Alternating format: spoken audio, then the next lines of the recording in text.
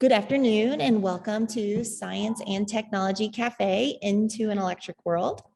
This virtual program is in conjunction with Flicker and Flame, whale oil and kerosene lamps, currently on exhibition at the Farmhouse Museum.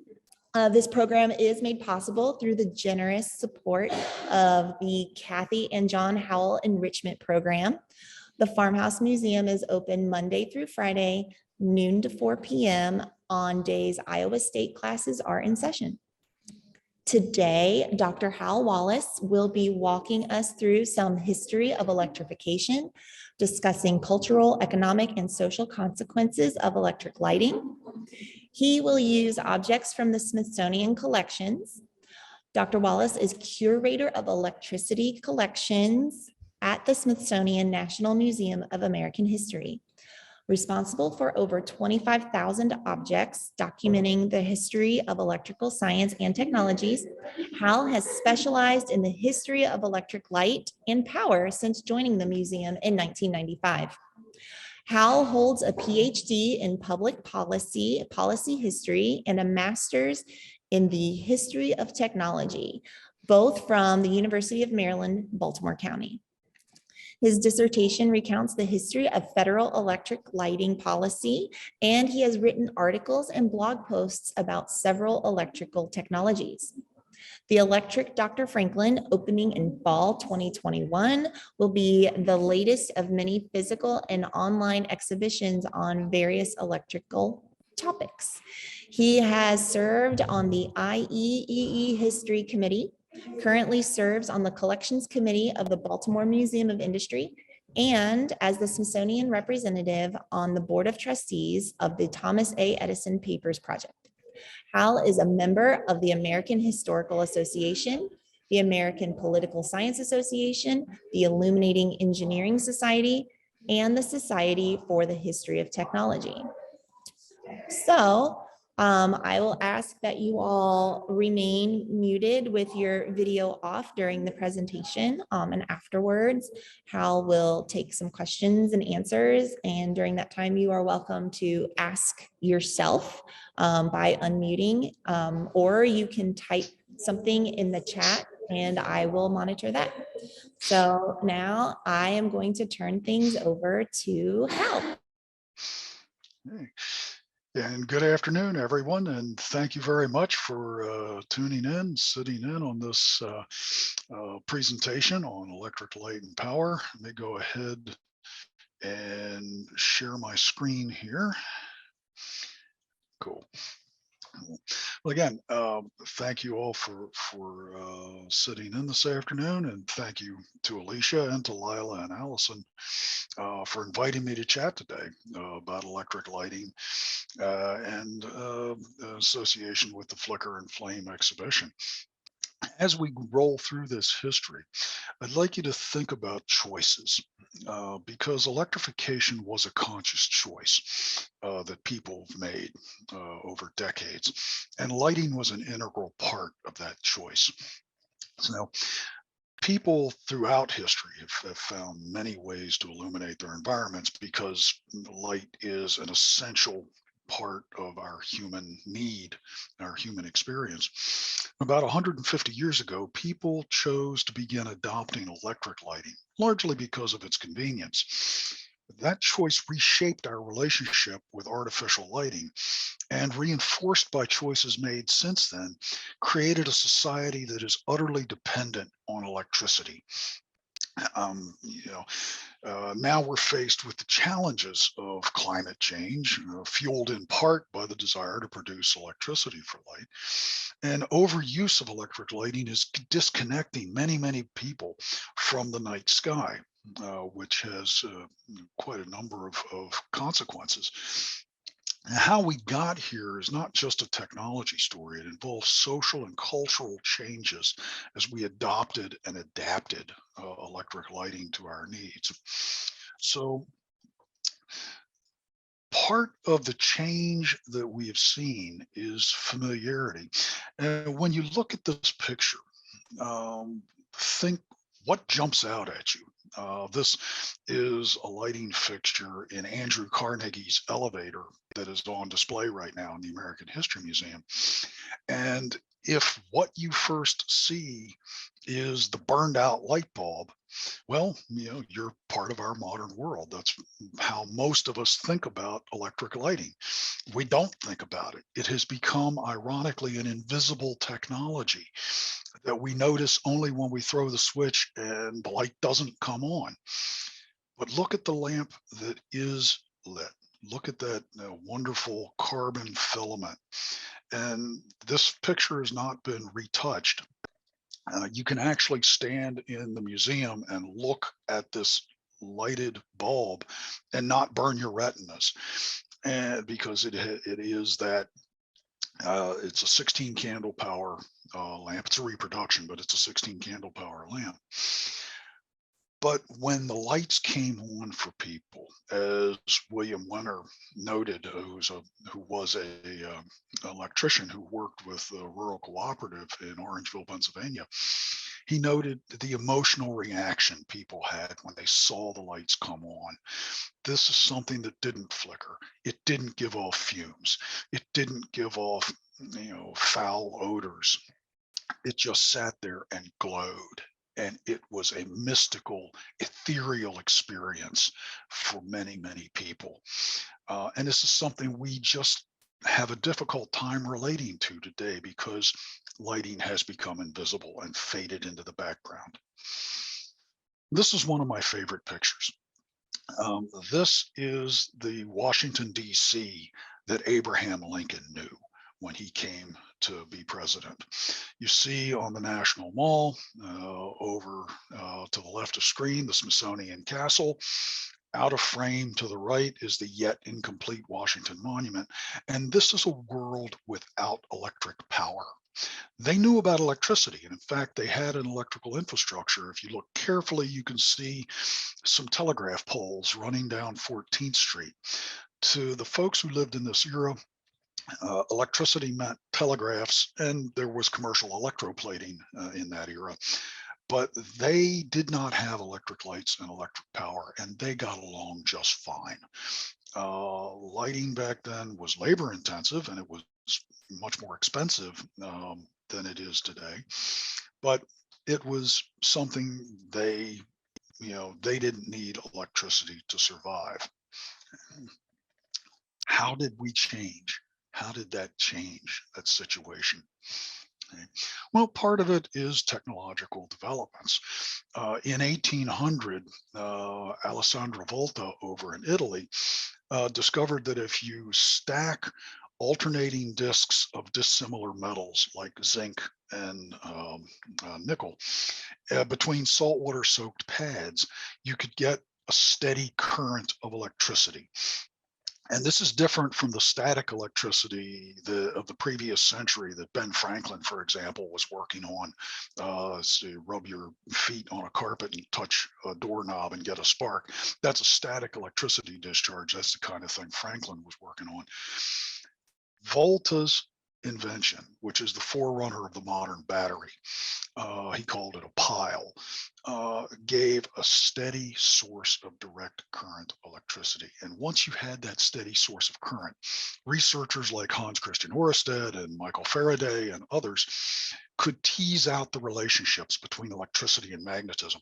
And quite quickly, by 1808, Humphrey Davy is giving a lecture and demonstration to the Royal Society, and he's showing an electric arc lamp that you see here on the table in the room. Now, this is not something that is good for practical use. It's a laboratory demonstration. He has to talk the Royal Society into buying this huge bank of batteries that is down in the basement underneath the lecture hall. You can see the wires running up through the floor to power this one arc lamp, but you see the stark shadows and so forth. This is very bright, and it's taking a lot of energy to make it work. And so this is not ready for prime time, but it's the development of the battery is an enabling technology. Okay. And one of the things people quickly discover, if there's one thing to understand about electric power from a technical standpoint, it's if you spin a coil of wire in a magnetic field, it generates a current in that coil of wire. And you can use that current then for many things, lighting or whatever else you want to use it for. This is an early magneto unit that we have in the collections. You see the horseshoe magnet, and there's a coil of wire suspended between the field poles of the horseshoe magnet. And when you spin that coil of wire, you generate an electric current in that coil. Now, this is good. It helps generate electricity. It's still not very powerful, but by the 1860s, researchers like Charles Wheatstone in England and Werner Siemens in Germany discovered that if you wrap wires around the field poles, okay, and the coil wire, the wrapped coil is the armature is here in the base of this unit. You spin that armature, pick off a little bit of current, and feed that current back into these coils. You generate and you intensify the electromagnetic fields, and you get lots and lots of current out of what they called a self-excited generator. We call these dynamos. And once you have the dynamo, you can really do much, much more with electricity. Now, there's already a new type of lighting um, being adapted and adopted on both sides of the Atlantic and around the world, and that's gas lighting. Gas lighting is developed in the 1700s, and it quickly jumps the Atlantic. It's developed in Europe, and it quickly jumps the Atlantic. Baltimore installs gas street lighting in 1816. Um, and one of the important things about gas lighting, it is a system. Okay, the gas is produced in a plant that may be a couple of miles away from where it's being produced. It's stored in a huge tank called a gasometer and distributed under pressure through pipes that are buried under the streets and that lead into people's homes or shops or the street lights that you see this one man lighting here. And one of the things gas lighting does is it begins a separation of energy use from energy production. So if you're using gas lamps, you don't have to worry about producing that gas yourself. You sign up for the service, the gas company produces and provides that energy. It also begins a psychological disconnect from energy use. If you're using one of the whale oil lanterns, such as you would see in the Farmhouse Museum exhibition, you can see the level of the oil drop as you're using more of it and for lighting. You can watch a candle melt as you're using the lighting. You have this direct sensory experience with energy use. With gas lighting, you can hear the hiss of the gas as it is burned, but you're not seeing the gas being consumed. This begins a disconnect that has ramifications later on. Okay. Now, gas lighting systems also provide a model, both a technical model and an economic model for early electric lighting systems. And the first electric lighting systems are based on arc lamps, not too dissimilar from what Humphrey Davy is showing in the first decade of the 19th century. Once you have dynamos, you can really power arc lighting systems that you can use to light the streets in New York or light the Hippodrome in Paris. Researchers like Paul Yablokov and Charles Brush, Brush is here in the US, Yablokov is in Europe, developed these arc lamps to provide light for large outdoor spaces, or large indoor spaces for that matter, but they're large area lighting.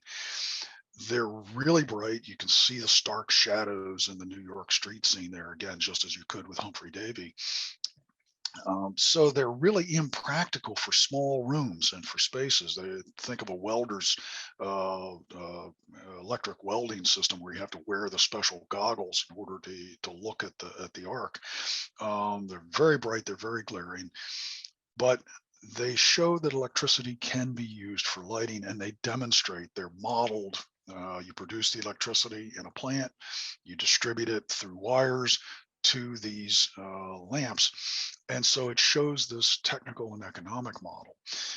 And so the hunt begins to what they call subdivide the light, provide lighting that is usable indoors in a practical way. This is where our friend Mr. Edison comes in. Edison's certainly not the only person working on this problem. Other people, Joseph Swan in England, for example, demonstrates a working electric lamp, incandescent lamp, a year before Edison does. And there are others working on this problem as well. But Edison has some advantages that the others don't have. One, he's already famous. He is known in 1876 as the man who could make a machine talk. That's the phonograph. The phonograph just was a revolutionary device that blew everybody away. And when in 1878, Edison says, hey, I have this idea. I know how to make an electric lighting system. I know how to subdivide the light. People like J.P. Morgan open their checkbooks and say, we believe you. You just tell us how much you need and cut us in for a piece of the action. We will back you on this. So he had plenty of bankroll to work on his experiments. He also had this concept of the system. It wasn't just the light bulb. It was he and his team designed a new generator. They designed cables and wires and conduits and switches and sockets and electrical tape and everything else that you need for an electric lighting system. So by New Year's Eve, December 31st, 1879, he could invite the world to Menlo Park to come see the new invention. And they illuminated the lab and the office building and the grounds and Sarah Jordan's boarding house across the street with about 100 of these incandescent light bulbs. They're about 1.5 lumens per watt in energy efficiency, and they last for about 120 hours. So it's not quite commercially practical yet, but it's close. It shows what can be done. And within 6 months, they do have a commercially practical lamp on the market that lasts for about 600 hours, which is not too far distant from what incandescent lamps would give you today. So this idea of the incandescent light, what Edison designs is a commercially practical incandescent lighting system. Okay. And that system idea is important because Edison's idea is to model on the gas lighting system where you have, this is the dark lines here on this map show the operating area of his Pearl Street station that he opens up in 1882 in Lower Manhattan. It's about a 1/4 mile radius. He envisions a series of these stations to light up all of New York and major cities. You can also buy standalone power plants, which the owners of the Heinz Ketchum Company purchased one for their printing facility in 1881, a standalone power plant to light the operations in the building. And they are buying these specifically for lighting. We today would call lighting the killer app for electricity. This is the application that makes people say, yes, I'm going to wire my home, my business, my factory, my college, whatever. I'm going to bring in the wires because I want the electric light. So lighting becomes this very special application to drive electrification, and profits from the early lighting systems help drive the system build out and help drive further electrification. Okay. And again, people make this choice. They choose to adopt electricity mainly because they want the convenience of the electric light. Okay. You probably can't read the sign here on the side of the house on this ink blotter, but it says for sale or rent. And the woman who is inquiring about the house is talking to the homeowner and asking, have you electricity in your house? This becomes a symbol of modernity. If you want to be modern and to be perceived as modern, you're going to have electricity and you're going to have electric lighting. And it's not just in the home. This is not fluorescent lighting. This is a carbon dioxide filled tube, not too dissimilar from neon lighting. This early 1907, the carbon dioxide filled tube developed by D. McFarland Moore that's lighting up a hardware store. Again, people bring in the electric power in order to run lights. They make this choice. Now, once you have that power in there, though, if you're an investor, for example, and you've invested in power plants, you don't really like the idea of that power plant sitting idle half the day, during the daylight hours. You really want those generators turning, spinning 24/7, generating profits. So you design and develop appliances, electrical devices that can work on that power when the lights are off. So electric fans, for example, are a very early application of electric power, electric toasters as well. And it's not just for residential use. Again, commercial, industrial devices that, like Andrew Carnegie's elevator that we saw on the first slide. These electrical devices allow the companies to keep their generators spinning, pretty much all day, and again generate profits that feed back into the system and drive the system build out. You see here a line crew working on the power line from the Niagara Falls power plant to Buffalo, 22 miles away. This is in the late 1890s, and building the power system build out and the demand, building the demand kind of go hand in hand on that. Now, and that includes, places like Iowa State, where in 1884, the college buys an Edison lighting plant, 200 capable of 250 lamps, and installs that in Old Main, lights up the Old Main building and the farmhouse as well, and begins this long process of electrification. Now it's a standalone plant. Again, it's an isolated plant because there's not really a municipal, there's not really a power company nearby. Ultimately, Iowa State makes a deal with the municipal power plants in Ames, and ties into that. But part of this is about control of the system. They for the college, the electrical engineering department incorporates this lighting system into their curriculum. And if you're training as an electrical engineer at Iowa State, you're helping to maintain the school's power plant and lighting systems. And over the decades, these are built out, expanded out, and again, ultimately tied into the Ames municipal power system. But a lot of companies choose not to take central power because they want to keep control of that critical resource. Henry Ford, for example, insists on having power plants at all of his auto assembly facilities. And as we see with when the power goes out in a chip fab today, even a momentary glitch in the power system can cost you millions of dollars in lost productivity and lost product. So it takes several decades for these companies to really get comfortable with the idea of outsourcing essentially electric power supply and to central power companies. Part of that is the systems aren't very reliable in the early days, and that reliability gets better over the years. But this is to an extent an issue of control. Yeah.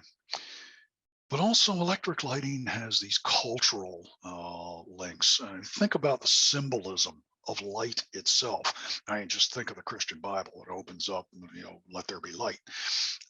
This idea, the symbolism of light in general, is just amplified when electric lighting is developed. So you see this political parade in New York City in 1884. All of the marchers here have helmets with electric light bulbs on top of the helmet, and the master of ceremonies here has a staff with an electric light on top of it, almost like a wizard staff.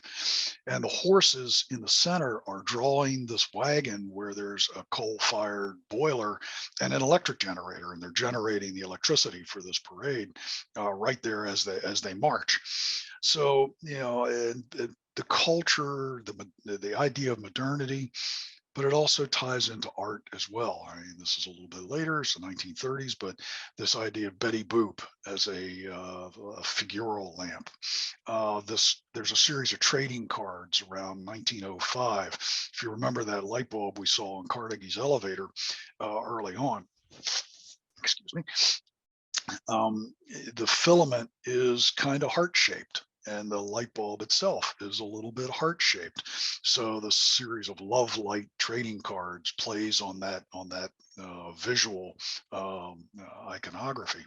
And you've got things like these neon glow lamps. These are not incandescent lamps. These are something else invented by D. McFarland Moore in the 1920s, where they'll just sit and glow. And this one from the late 1920s, early 1930s, you see religious iconography.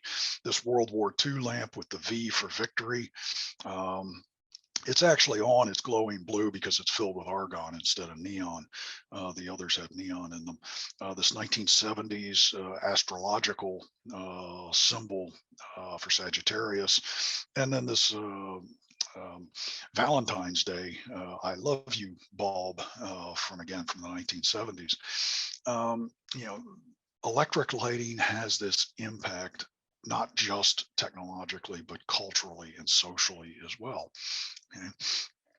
And it also becomes the symbol of energy use. The United States has its first energy crisis around the time of World War I. This is the coal famine of the 19 teens. And as you see, part of the reason the Wilson administration kept us out of war is they weren't convinced the country was ready to enter the war. They were terrified that we would get involved in the war and the Navy would be unable to get out of the ports because they couldn't get coal to the ships. The ships are all coal powered. Factories would shut down because they couldn't get coal to the factories, and people would freeze in the cities because they were heating their homes and apartments with coal. And this is a real problem. And when we do get involved in the war, they set up the United States Fuel Administration, and you see this poster, the conservation poster: light consumes coal, save light, save coal.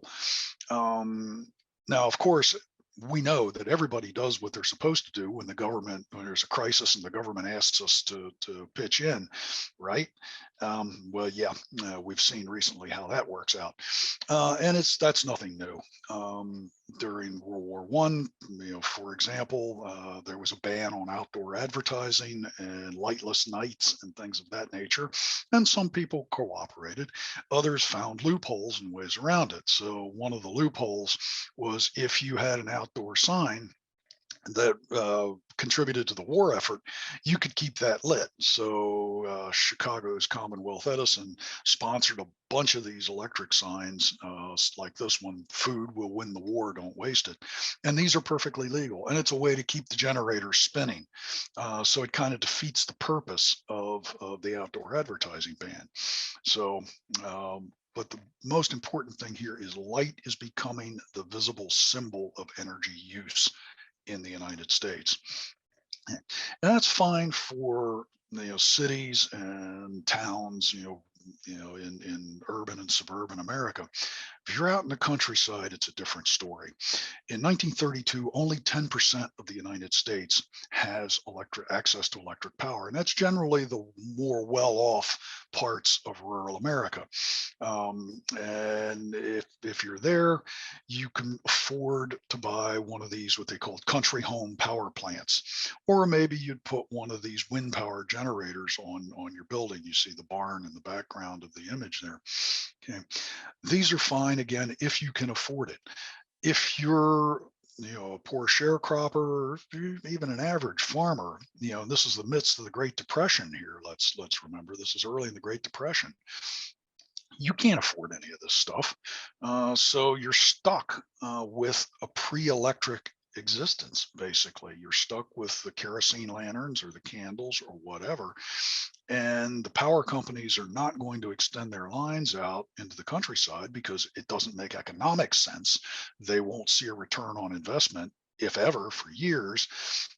So there's that economic argument, but there's also a cultural disconnect. What do those farm people need electricity for? They don't need that stuff. And that's a sign of an urban rural disconnect that was going on at the time. How do you get around that? Well, one, it becomes an issue of national importance in the 1932 election. Franklin Roosevelt and the New Dealers make this rural electrification a platform, a plank in their platform.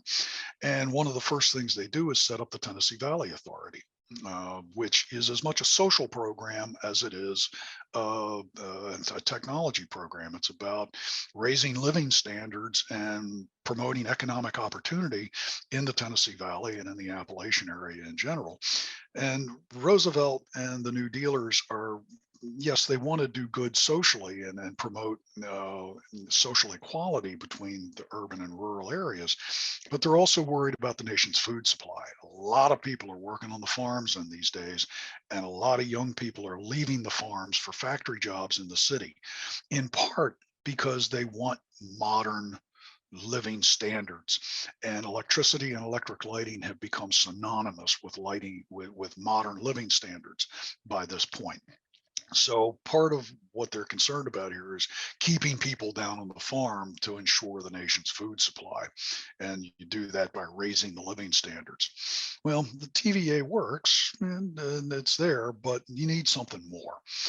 And that something more is the Rural Electrification Administration. And this is a program that makes long-term, low-cost loans available to community organized rural cooperatives. So you go out, you get with your neighbors, you get enough signatures, you apply for one of these loans. The REA will make the loan. They will help set you up with contractors who can build the power plants and supply the wire and so forth. And you and your neighbors may go out and set the poles and string the wires. But then you'll get the systems up and operational and pay back the loan over the course of about 30 years through a small surcharge on your monthly electric bill. And when the loan is paid off, you own the electric system.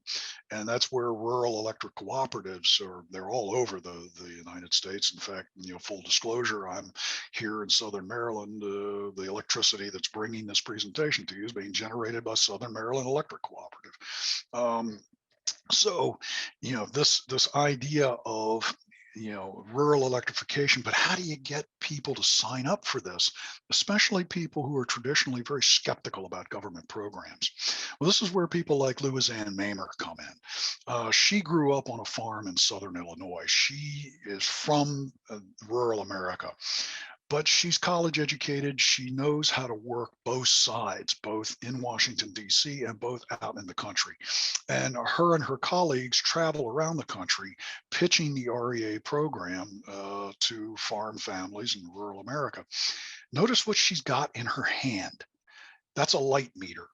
Look at the poster on the wall behind her. What makes good lighting? Again, lighting is the killer app. It's the thing that convinces people they want electric power because they want the lights. One of the more laborious chores on a farm in this era is daily cleaning the oil lamps, cleaning the chimneys, trimming the wicks, refilling the lamps for the coming night's needs. So having electric lighting frees up people for other things on the farm and for other activities, whether it's work activities or maybe you're taking a class by correspondence course through the mail. So this is again the killer app, and you see here lies a coal oil lamp. When Adams Electric Cooperative activated their electric system, they held a ceremonial burial of a coal oil lamp. It shows just how important lighting was to getting electrification into rural America. Okay. Now at this time, lighting's becoming more efficient. Okay, fluorescent lamps are developed in the 1930s and they are adopted quite quickly, especially in commercial and industrial applications. By 1951, more light is being generated in the United States from fluorescence than from incandescence. Not in the homes, homeowners don't really like fluorescence all that much, but everywhere else. And an interesting thing happens, something that is referred to as Javons Paradox. Economists call it the rebound effect, where when you have a more efficient use of a resource, it tends to drive more use of that resource. So ultimately, you may end up using more of the resource, despite the fact that the individual things that are using that resource are themselves more efficient. So that becomes interesting in understanding this chart. The orange line is the total amount of power being generated in the United States from 1900 through 2015. And you see it's a steady upward slope until about 2010. The blue line is the percentage of that electric power that's being used to light the United States. It's quite high early on, but then you see the initial electrification of the country, drops quite precipitously, but then it grows back up a little bit. And then when the Great Depression kicks in and we see the effect of rural electrification here, it stops about 1950, just after World War II, stabilizes at about 20%. And that's where it stays until the mid 1980s when it starts to drop off again and a little bit sharper drop off around 2010. Okay. 20% of this is a lot less than 20% of this. So think about how much more light is being generated here, how much more energy is being used for lighting here than here. Okay. Now, this becomes a problem because not all is well in the electrical world come the 1960s. In mid 1965, the New York City blacks out. There's a Northeast blackout. There's another in 1977 and another in 2003. And when the lights go out, as we saw in Texas earlier this year, when the lights go out, people die. Okay. We are utterly dependent on electric power. It's not 1860 anymore. We have changed as a country and as a society. So in 1973, the Organization of Petroleum Exporting Countries slaps an embargo on oil shipments to nations that support Israel during the Yom Kippur War. And that sparks what's known as the first energy crisis in the 1970s. This spiked line here is oil prices held constant in $1996. So you see the spike here in around 1973. Things stabilize a little bit. And then you have the Iranian Revolution and the Iran-Iraq, the tanker war, as it was called, in the late 70s. You see this huge spike. And yes, I'm old enough to remember sitting in gas lines. I was an undergraduate at the University of Maryland at the time, waiting to fill my tank so I could get to class. This is a crisis because 20% of US electricity is being generated at oil-fired power plants. We're moving away from coal because of pollution concerns, but we're adopting oil, and that becomes a problem. President Nixon turns off the national Christmas tree and asks for outdoor lighting to be turned off, bans outdoor advertising. Where have we heard that before?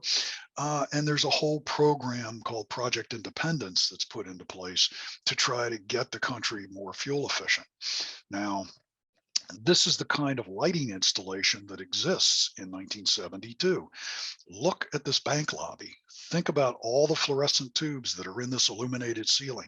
Look at the chandeliers hanging here with all the incandescent lamps. Then you've got all these down cans all over the tellers, over top the teller stations.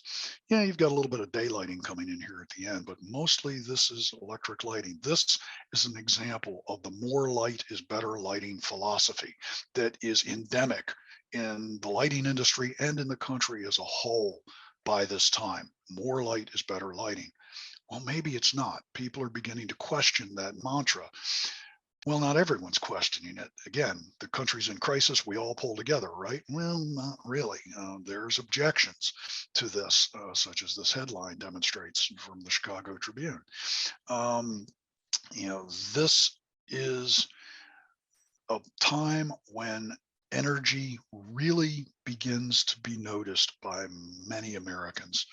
And it begins to set off a 4-decade-long engagement. And this really is an engagement between the lighting industry and the government. It's a partnership. You may remember a few years ago, all of the angst about the energy standards that became a de facto ban of the general purpose incandescent lamp. That was the last step in a 4-decade-long program, basically, that market sector by market sector shifted the United States to more energy efficient lighting. The residential general purpose lamps were left to last for a lot of reasons, but we had the development of things like full cutoff street lighting fixtures. These don't radiate light above the horizontal, so there's a lot less light wasted from this fixture, and you can use lower power lights in here to get the same amount of illumination in the parking lot or street or whatever. Solid state electronic ballasts are developed that waste a lot less energy. These save billions of dollars within the first 5 or 6 years of their introduction in the 1980s and early 1990s.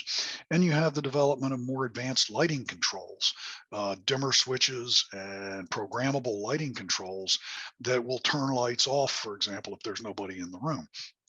So a lot of this material, uh, the research and development begins in the wake of the energy crisis, and it culminates with things like the compact fluorescent lamp, which is first developed in the 1980s and has a pretty heavy market share by the late 1990s, but also LEDs. The drive to make more energy efficient lights motivates a lot of researchers, such as this gentleman, Suji Nakamura, who's over in Japan at the time.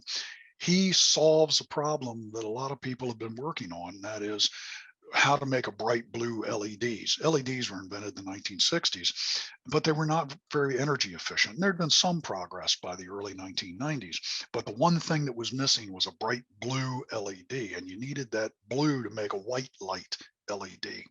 Nakamura solved the problem and won himself a Nobel Prize in the process. His bright blue LED, when incorporated with these other colors, made highly energy efficient white light LEDs. And that set off the lighting revolution that we're still experiencing today. This is something that caught even the lighting industry by surprise. People were not expecting this. And this has led to the replacing essentially of Edison's incandescent lamp, which really was an obsolete technology. Okay. Now, it also has further ramifications because LEDs are essentially miniature computer chips, and computer chips can do a lot of things besides emit light. They can also act as communication hubs and so forth. Well, there's a lot of work today on what's called the Internet of Things. Well, this is on the left, you see a programmable LED from the late 1990s. This was made by a company called Color Kinetics, and it's a programmable color shifting device. And this is one of the forerunners of the smart lights that we see today that are available, as you see on the right, a Wi-Fi enabled smart bulb. Now, again, these are for many people convenient for a lot of things. So people are choosing to adopt the Internet of Things. Cities are choosing to adopt smart street lighting that can double as communications hubs, and this has a lot of ramifications, both positive and not so positive. But it's something to think about as far as the choices we make. Do you really need the smart lighting in your home? Do you really need a Wi-Fi enabled light bulb? I personally don't have those installed in my house. I'm concerned about them being a pathway for malware, uh, but also they don't add any value for me. Other people make different choices. That's part of the fun of living in a democracy. We have to find common ground, and not everybody looks at everything the same way. Okay. Now, this more light is better lighting mantra finally seems to be abating a little bit. If you remember that chart of the percentage of electric power being used for lighting, it started dropping off in the 80s with the introduction of compact fluorescent lamps, and dropped off again, even sharper in the 2000 teens with the widespread adoption of inexpensive white light LEDs. But there are ramifications to that. This is a 25-year-old satellite image. This was the North America at night in 1996. And you can see clearly the outline of the Great Lakes. You can see Florida. You can see where California is, the major cities. This is even, if you go on the internet today and you can find a much more recent image, you'll see even starker indications of how much light we use. This is an environmental issue. It's a climate issue. It's not just climate change is not just about CO2. In this instance, it's also about losing our connection with the night sky. There are generations growing up in urban America that have never seen stars or planets because all they see at night is a sky glow, an orange gray glow.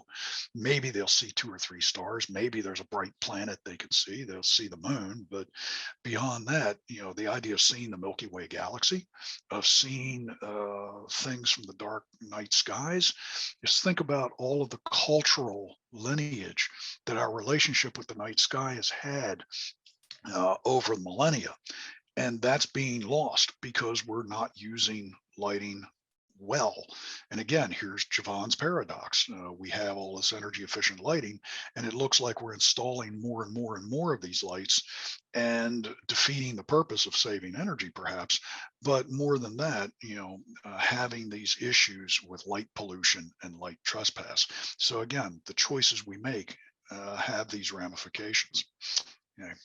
Now, so the next time that you flick a light switch, think about how remarkable that act would seem to somebody 100, 150 years ago, that you've just flipped on a light and the light is there and it just glows, whether it's an LED or a compact fluorescent or an incandescent or whatever.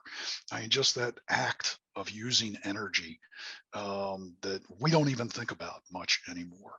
Think about how remarkable that would be to somebody from that era. Okay. And with that, I will thank you very much for your kind attention, and I'll be happy to take questions. I'll go ahead and stop sharing the screen. There we go. So if anybody has questions, feel free to put them in the chat or unmute yourself and turn your video on. Either way is fine. So do we have any questions?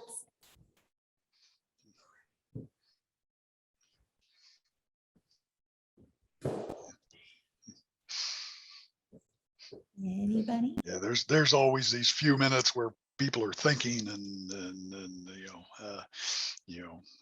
what might they ask?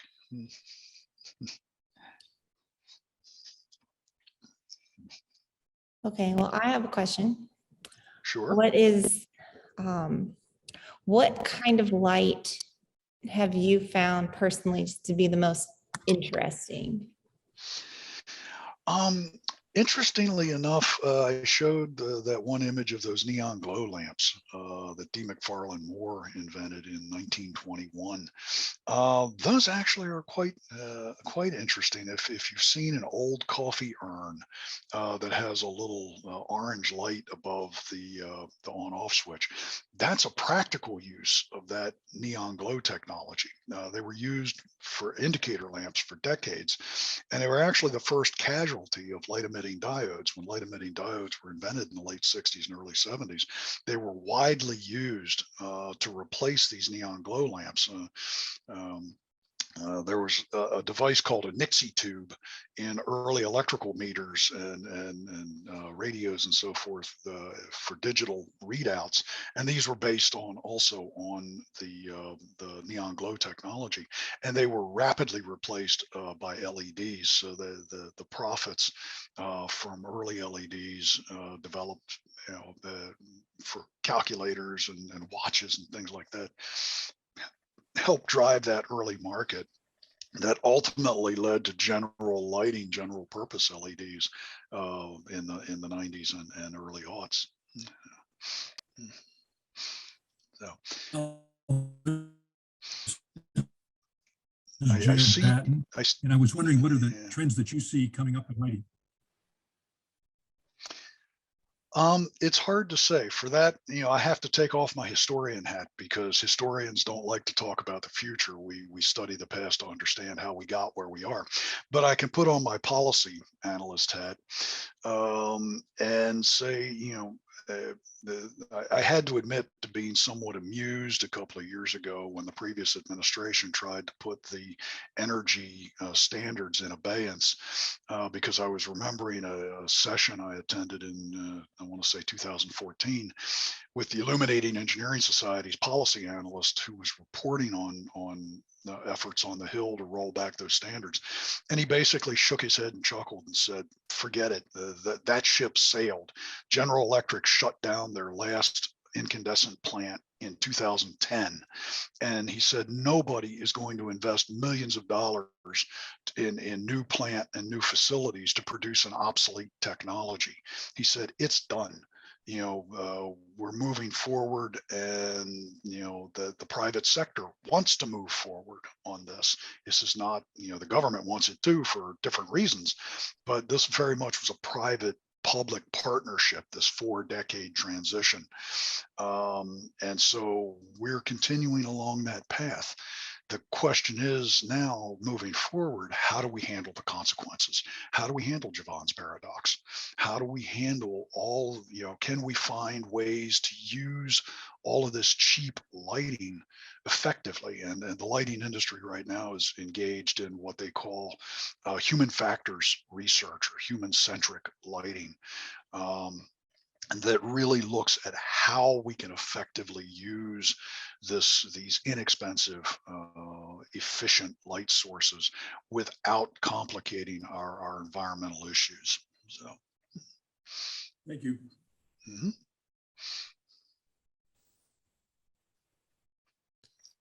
We were just talking about, inexpensive lighting. And so that just kind of had me thinking about, inexpensive versus cheap, cheaply made or inexpensive.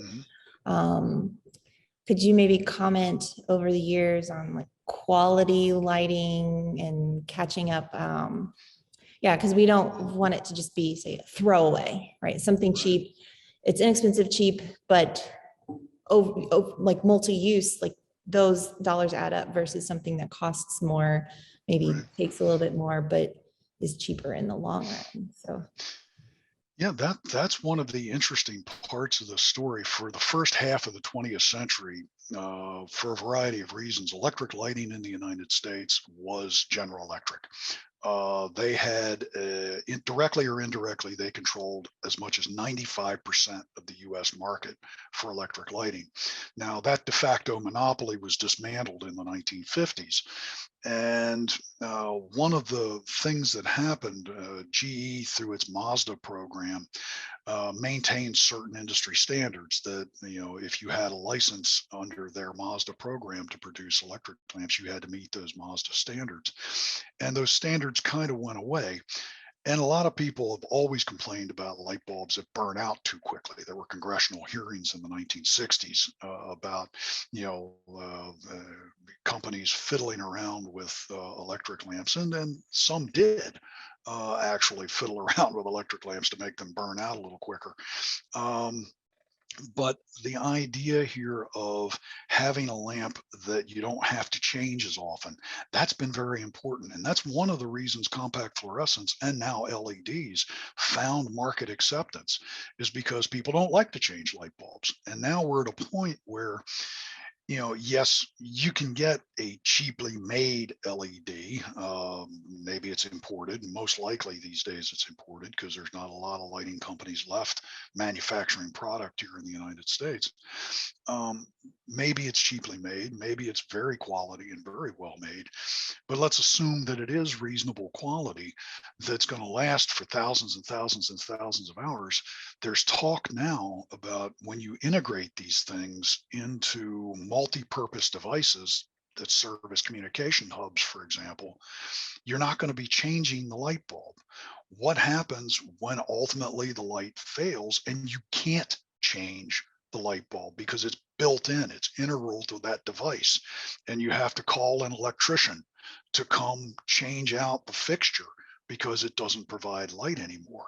This is one of those unanticipated consequences of longevity in terms of electric lighting, where, yeah, it's great from an environmental standpoint, but it does create issues. And so, we can foresee a time when, the idea of the joke has always been how many fill in the blank people does it take to change a light bulb, where that joke means nothing anymore because nobody changes a light bulb. It's part of the device. So that's one of those unexpected consequences of technology change.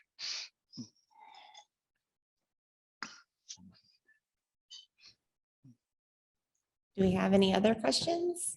Feel free to type something in the chat.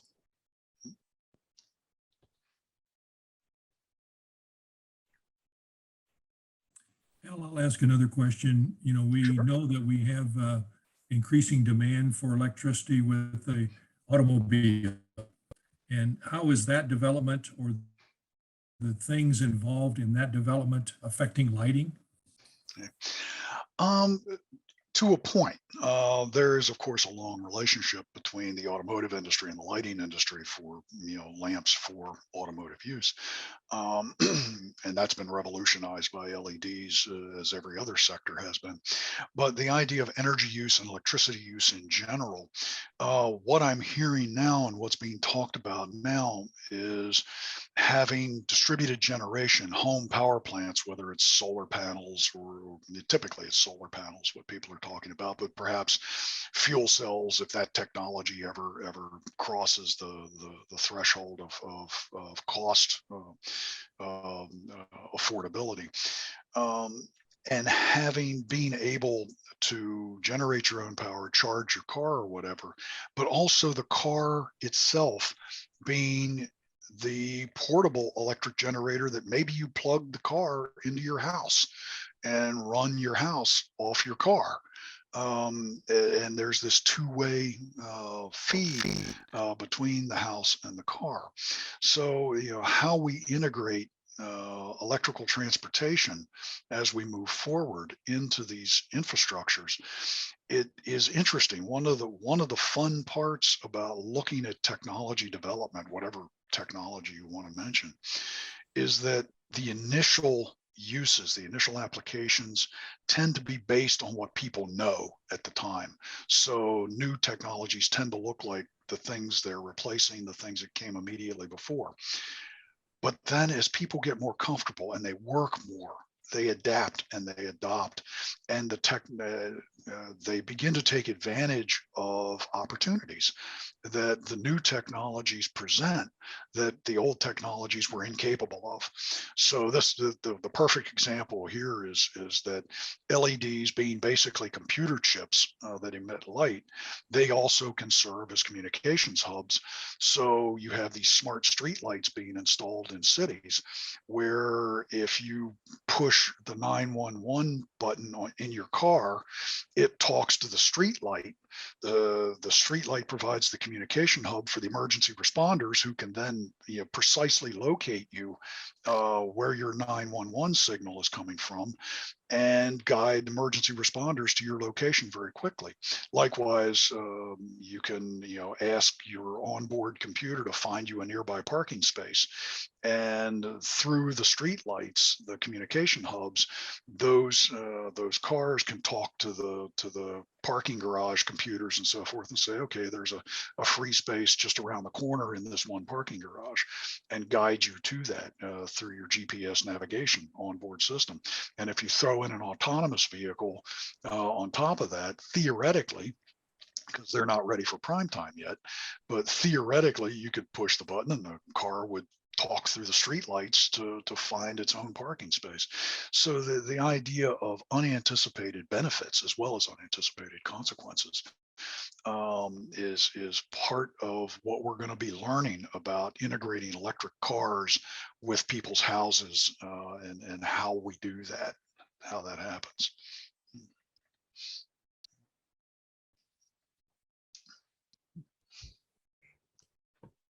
Okay, any final questions, final thoughts? It's now 2 o'clock, the scheduled time to end, but if you have more questions, we can keep going. Otherwise, yeah.